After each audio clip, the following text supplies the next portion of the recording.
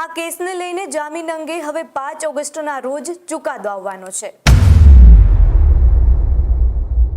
ત્યારે શું ચૈતર વસાવાને જામીન મળશે?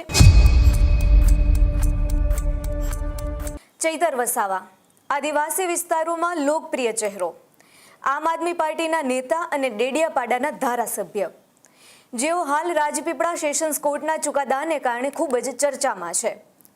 ચૈતર વસાવાના ઉપર થયેલા વનકર્મી પર હુમલાના કેસમાં 7 વર્ષની સજા સંભળાવવામાં આવી, જેમાં આમ આદમી પાર્ટીના નેતાઓ ચૈતર વસાવાના સમર્થનમાં આવી રહ્યા છે અને કાયદાકીય લડત લડીને ચૈતર વસાવાને જેલમાંથી બહાર લાવવા માટેની વાત કરી રહ્યા છે। આ કેસને લઈને જામીન અંગે હવે 5 ઓગસ્ટના રોજ ચુકાદો આવવાનો છે। ત્યારે શું ચૈતર વસાવાને જામીન મળશે કે પછી ફરીથી સુનાવણી માટે બીજી તારીખ આપવામાં આવશે? અને શું કહી રહ્યા છે ચૈતર વસાવાના સમર્થનમાં નેતાઓ? આ સમગ્ર બાબતે વિગતવાર વાત કરીશું આજના અહેવાલમાં। વનકર્મી પર હુમલાના કેસમાં રાજપીપળા સેશન્સ કોર્ટે ચૈતર વસાવાને દોષિત ઠેરાવીને 7 વર્ષની જેલની સજા ફટકારી છે।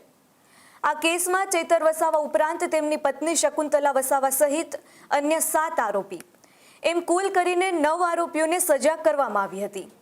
કોર્ટના ચુકાદા બાદ તમામ દોષિતોને ન્યાયિક કસ્ટડીમાં મોકલવામાં આવ્યા હતા। ત્યારબાદ કેટલાક સહ આરોપીઓએ ગુજરાત હાઈકોર્ટમાં અપીલ કરી હતી। તેમાં શકુંતલા વસાવાને નવજાત બાળક હોવાના લીધે તેમને જામીન મળી ચૂક્યા છે, જ્યારે અન્ય આરોપીઓ પર અલગથી સુનાવણી હાથ ધરવામાં આવી રહી છે। પરંતુ ચૈતર વસાવાને 2 વર્ષથી વધુની સજા થતાં તેમના ધારાસભ્ય પદ અંગે પણ હાલ ચર્ચા તેજ બની છે। આ દરમિયાન ગુજરાત હાઈકોર્ટે ચૈતર વસાવાની જામીન અરજીની સુનાવણી માટે 5 ઓગસ્ટની તારીખ નક્કી કરી છે। ચૈતર વસાવા જેલમાં ગયા ત્યારથી રાજ્યના રાજકીય વર્તુળોમાં પણ ચર્ચા ગરમાઈ છે। આમ આદમી પાર્ટીના નેતાઓ તેમના સમર્થનમાં ઉતર્યા છે અને આ સમગ્ર કેસને રાજકીય બદલો પણ ગણાવી રહ્યા છે। પાર્ટીનું કહેવું છે કે તેઓ કોર્ટમાં કાનૂની લડત ચાલુ રાખશે।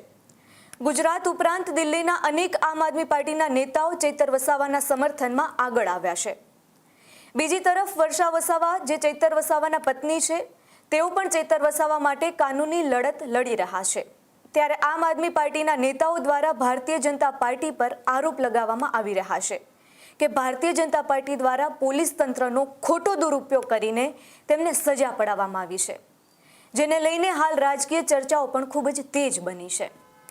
ત્યારે આમ આદમી પાર્ટીના પ્રવક્તા યોગેશ જાદવાણી હવે ચૈતર વસાવાના સમર્થનમાં આવ્યા છે। યોગેશ જાદવાણી શું કહી રહ્યા છે ચૈતર વસાવાના આ કેસને લઈને, પહેલા તેમને સાંભળીએ।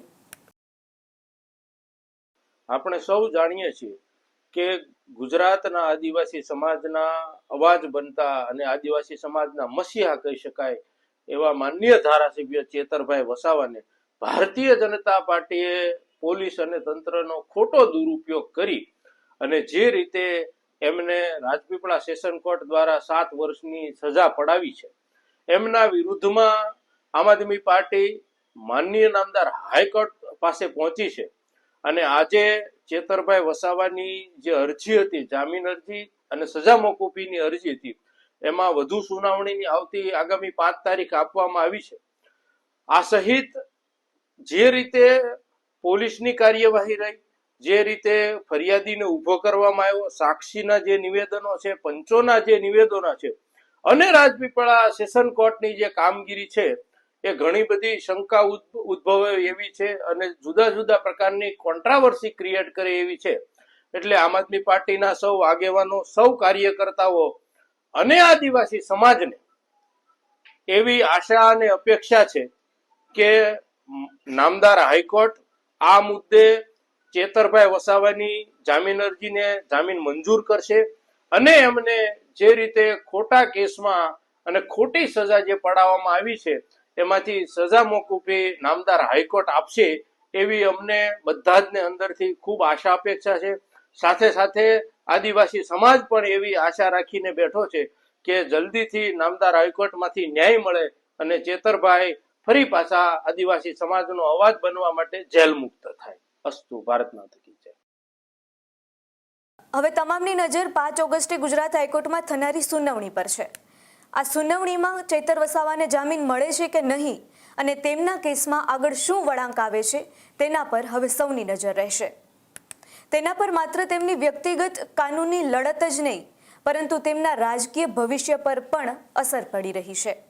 ખેડૂત ભાઈઓ છે ખેતરમાં ડ્રોન ઉડાવતા હોય છે ત્યારે આપણે એક પ્રશ્ન સતાવતો હોય છે કે જે આપણે અત્યાર સુધી જીપીએસ ટેકનોલોજી વાળા ડ્રોન વાપર્યા છે, જેથી કરીને મોબાઈલ ટાવર છે અથવા તો હાઈ ટેન્શન લાઈન પસાર થતી હોય, કોઈ વૃક્ષો હોય, ત્યારે જે જીપીએસ ટેકનોલોજી વાળા ડ્રોન છે એમાં ટકરાય અને ટ્રેસ થાય છે. પણ એગ્રીવન લાવ્યું છે જીએનએસએસ ટેકનોલોજી ડ્રોન, જેથી કરીને એ ડ્રોન છે એ કોઈ જગ્યાએ ટકરાય નહીં, પોતાની રીતે જ ડિસિઝન લે છે ને મૂવ થઈ જાય છે, જેથી કરીને જીએનએસએસ ટેકનોલોજી ડ્રોન છે એ વાપરવાનો આગ્રહ રાખો. ત્યારે જ ન્યૂઝરૂમ ગુજરાતની યુટ્યુબ ચેનલને સબસ્ક્રાઇબ કરો અને ઇન્સ્ટાગ્રામ અને ફેસબુક પર ફોલો કરો. અપડેટ રહો, સત્યની સાથે રહો.